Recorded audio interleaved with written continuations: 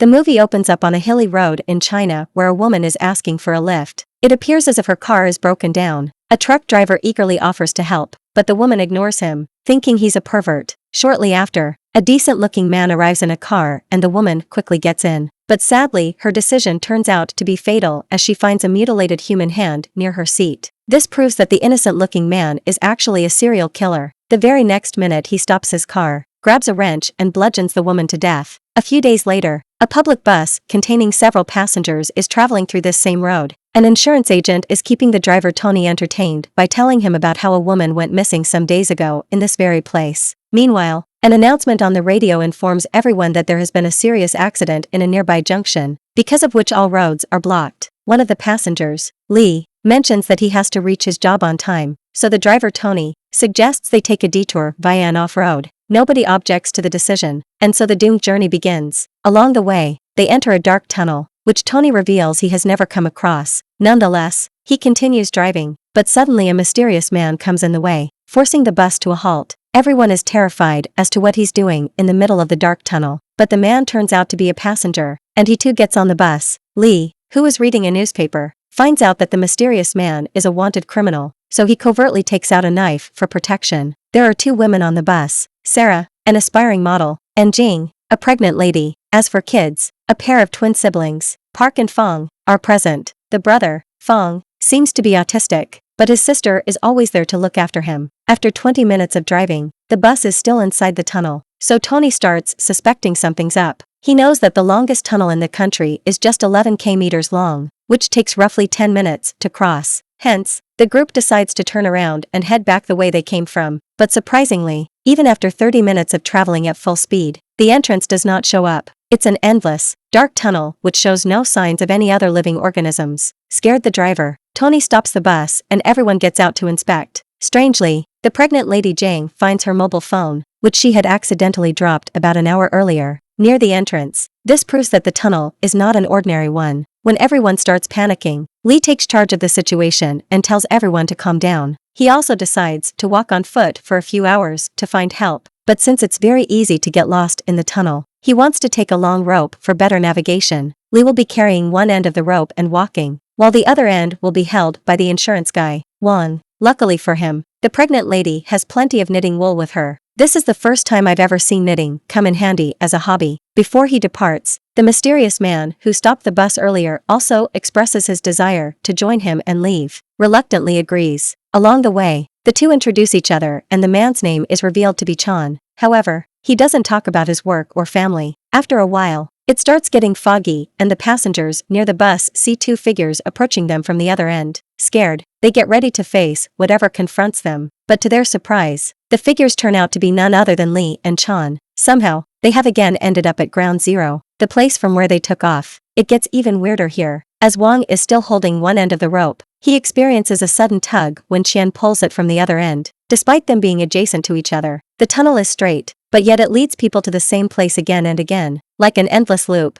Aha, we said the title. Realizing that they have been trapped, Lee suggests everyone gather their food items and ration them wisely. Then all the four men head out to inspect the place, while the three ladies and the autistic Fong rest inside the bus. It's been only 30 minutes, but when Jing wakes up, she finds out that the entire bus is covered in dust. Taken aback, she wakes everyone up and quickly rushes outside. At the same time, the men also arrive and find the bus in a dilapidated condition. Tony immediately goes to check on the food, but finds that everything has become rotten. This proves that not only is the tunnel endless, but time also moves very differently here. A single hour of the outside world equals a week here. When they return back to the bus, a map of the entire tunnel is waiting for them. It appears as if someone dropped it off and left without a trace. Lee deduces that someone is playing with them and immediately takes up the challenge. He places the map on a table and starts analyzing the place. Just then, the lights unexpectedly go out, and when they come back on, Lee has vanished. Instead, a bloody trail is seen, which the group warily follows. Now with Lee abducted or impossibly killed, the mysterious man Qian takes charge of the group. The bloody trail leads them to a wall which appears to be hollow. On breaking it, they come across a strange room which has a lot of wanted pictures, a bunch of severed hands, and most importantly, an engineering diagram of the place. It shows that there are 6 separate tunnels in total, with one leading to another. Qian deduces that in order to escape, they have to cross all 6 tunnels. He also assumes that this secret room will have an entrance that will lead to the second tunnel. As the group continues searching the room, they find a weird calendar with all the dates showing July 15th. Chien realizes that it's a clue, and when he rips the calendar off of the wall, a secret wooden door is revealed. After everyone leaves, the television in the room starts showing a woman who has been trapped inside a small cave. Up next, the group enters the second tunnel, which strangely also has their bus parked at the exact same spot. They wonder if they have arrived at ground zero, but upon checking, realize that the tunnel is the exact same, but in a different time zone. The group quickly heads inside the bus, which is now wrapped with barbed wire, and starts looking for food. They find a carton of instant noodles, but by this time, the driver Tony has become hostile and greedy. He finds a gun in one of the seats and threatens the others to hand over all the food items. Fearing for their lives, the group reluctantly complies. Since time is moving at a rapid rate, all of them feel hungry instantly, and this is slowly turning the group into animals. After a while, the model Sarah can't bear the hunger anymore, so she goes to Tony with a deal. In exchange for a packet of instant noodles, she is willing to sell her body. Tony immediately agrees and the two make passionate love. While they're at it,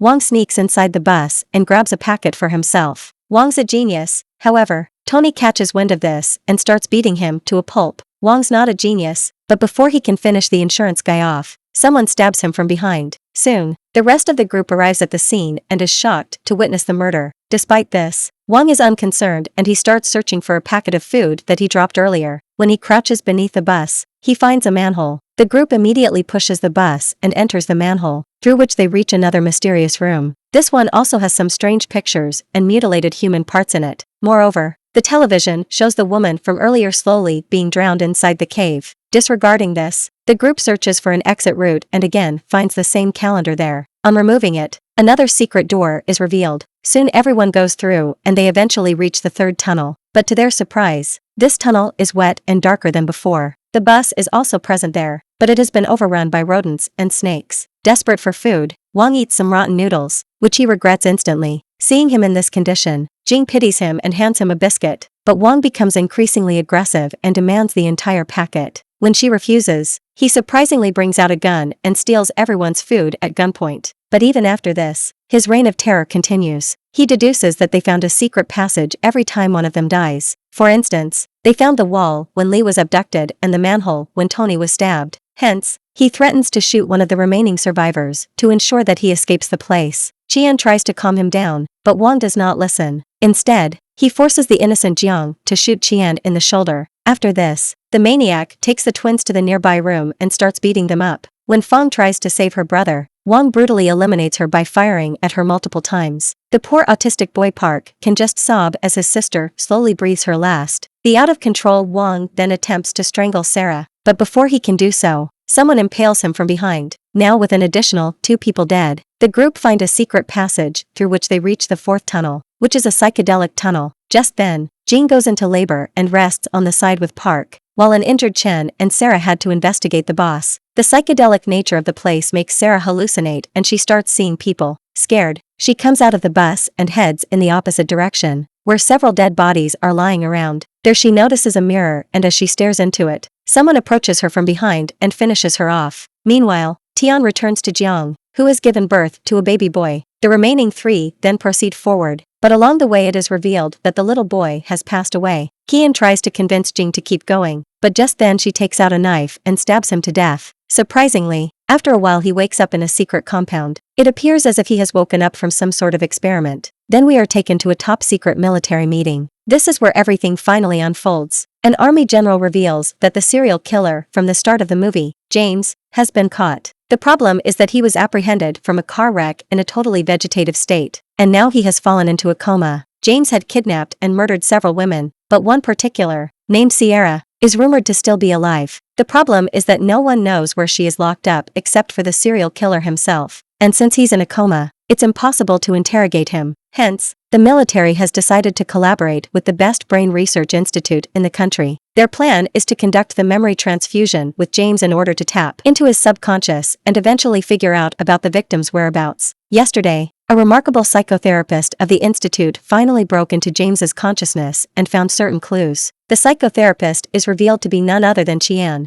One of the army generals then asserts that they need to have faith in Xian, because he, above all others, is more concerned about the victim's safety. It turns out that the victim, Sierra, is none other than Qian's wife. This is where all the events begin to make sense, as everything that we saw earlier transpired inside James's subconsciousness. However, Qian's job is far from over. In yesterday's experiment, he managed to find a preliminary clue from a calendar on the wall that his wife is imprisoned near Xiang River. But the situation is critical because of the heavy downpour in the next 36 hours. All caves on either banks of the river will be completely flooded by the rising river, hence putting Sierra's life at risk. As a result, Qian needs to tap into James's subconscious once again tomorrow so that he can find more clues about Sierra's exact location. That night, as Qian is sitting by himself, the army general approaches him to ask about the progress. Tian then starts sharing his experience inside James's consciousness and remembers that the date July 15, 1996 often appeared on calendars. The chief explains that it's the date where the serial killer's parents both died. During that fateful day, his father found out that his mother had an affair with a driver. This resulted in a big argument between the two, which ended with his mother stabbing his father before committing the unthinkable himself. Jan is taken aback by the revelation, but he continues sharing his experience. He says that in James's inner world, he was able to see both his dark side and his good side, but the good side failed. The serial killer himself was actually a tunnel engineer, hence when he went into coma, he began to establish a tunnel in his brain as the symbolic carrier of his chaotic consciousness. The tunnel in his consciousness is just a dead loop which leads to nowhere. When Sharon entered James's brain, his initial target was to lead him out of this endless loop so that James could wake up from his coma. However, he didn't expect there to be so many split personalities. Thus, Tian had to communicate with all of them so that he could find clues about his wife's imprisonment. His new mission was to find the real criminal among these personalities and interrogate him or her for the answer. As he bonded with these personalities, he found out more about them. The best one was Lee, who resembles James's healthy and rational side. There was hope that this good personality could outweigh the others and get James out of this loop. Unfortunately, he suddenly disappeared after the lights went out in the tunnel. The disappearance of this personality resulted in the chaos of the situation. The second personality was the driver Tony, who eventually became violent. This resembles James's violent personality. The third and fourth personalities were Wang and Sarah, who resembled James's inner projection of his own mother and father. His father was an insurance salesman, while his mom was a model. The sad thing is that when the father was abusive to James, his mother didn't care much about him and instead ended up having an affair with their driver. This was represented when Sarah made out with the driver Tony just for food. The fifth was the pregnant lady Jiang, resembling his ideal image of a mother.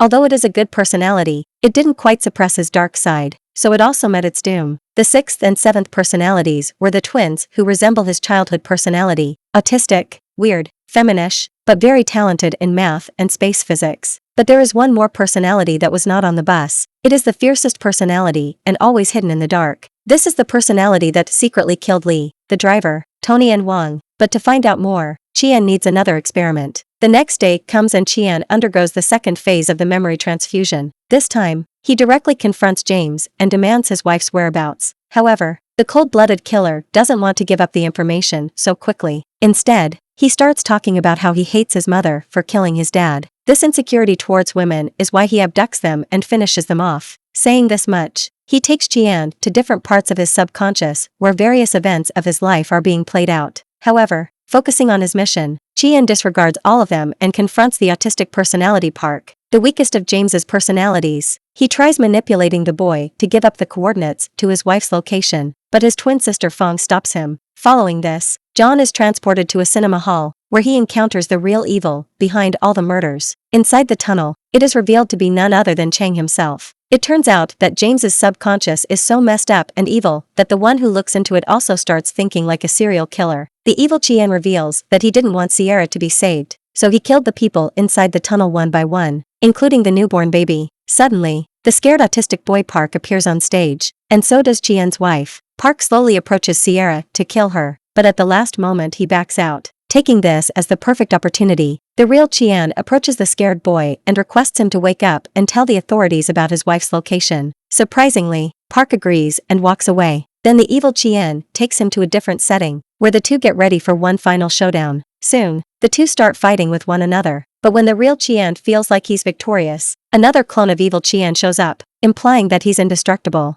Elsewhere, the rain has started pouring in, and Sierra is almost neck-deep in the water. It is only a matter of minutes before she drowns to death. Back inside James's subconsciousness, the real Qian pleads to let him back into his world, but his evil doppelganger refuses to listen. Just then, the real Chien comes up with a plan. He realizes that if he commits the unthinkable, the evil Chien will also die. And with this, all of the evil inside James will go away. And as soon as he goes through with his plan, the evil Chien fades away. And at the hospital, James wakes up being a totally changed man. He immediately tells the authorities about Sierra's location. In this way, Sierra is saved in the nick of time, but Chien doesn't wake up. The movie ends as he wanders around the endless tunnel, indicating that he will never return home. Subscribe for more videos like this, turn on notifications, and leave a like to help the channel out. Thank you for watching.